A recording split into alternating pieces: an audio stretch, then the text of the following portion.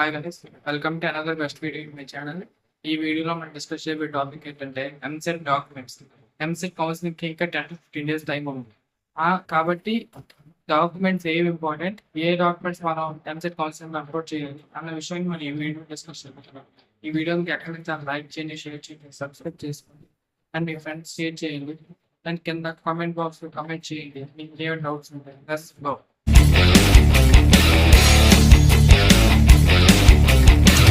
So late చేయకుండా మన వీడియోలోకి వెళ్ళిపోవాలనుకుంటున్నాను.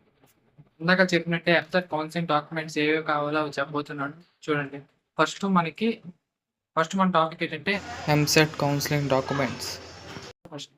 First one EAMCET rank card. AP EAMCET వెబ్సైట్లో ఇలా హాల్ టికెట్ రిజిస్ట్రేషన్ నెంబర్ అని ఉంటుంది, అది మీరు కొడితే మీ ర్యాంక్ కార్డ్ ఓపెన్ అవుతుంది.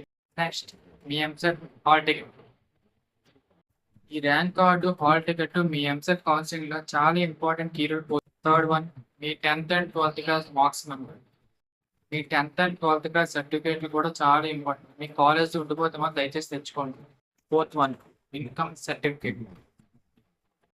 ఇన్కమ్ సర్టిఫికేట్ డేటెస్ అయి ఉండాలి, ఇయర్ ఆర్ లాస్ట్ ఇయర్ అయి ఉండాలి. Next PW certificate. ఎవరైనా ఫిజికల్ హ్యాండిక్యాప్ ఉంటే వాళ్ళు కూడా సర్టిఫికేట్ తయారు చేసుకొని పెట్టుకోవాలి. నెక్స్ట్ బర్త్ సర్టిఫికేట్ అవసరం లేదు, ఇండికేట్ నుంచి తయారు చేసి పెట్టుకోవడం అయితే మాత్రం useful. Birth certificate. Next residence certificate ఏంటన్నా ఎప్పుడు వెళ్ళాలంటే అది కూడా important.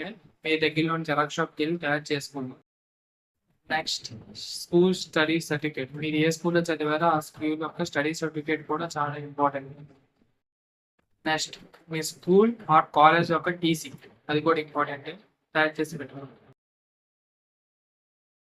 Next inter study certificate. మీరు ఇంటర్మీడియట్ ఎక్కడ చదివారో దాని యొక్క స్టడీ సర్టిఫికేట్ కూడా చాలా ఇంపార్టెంట్.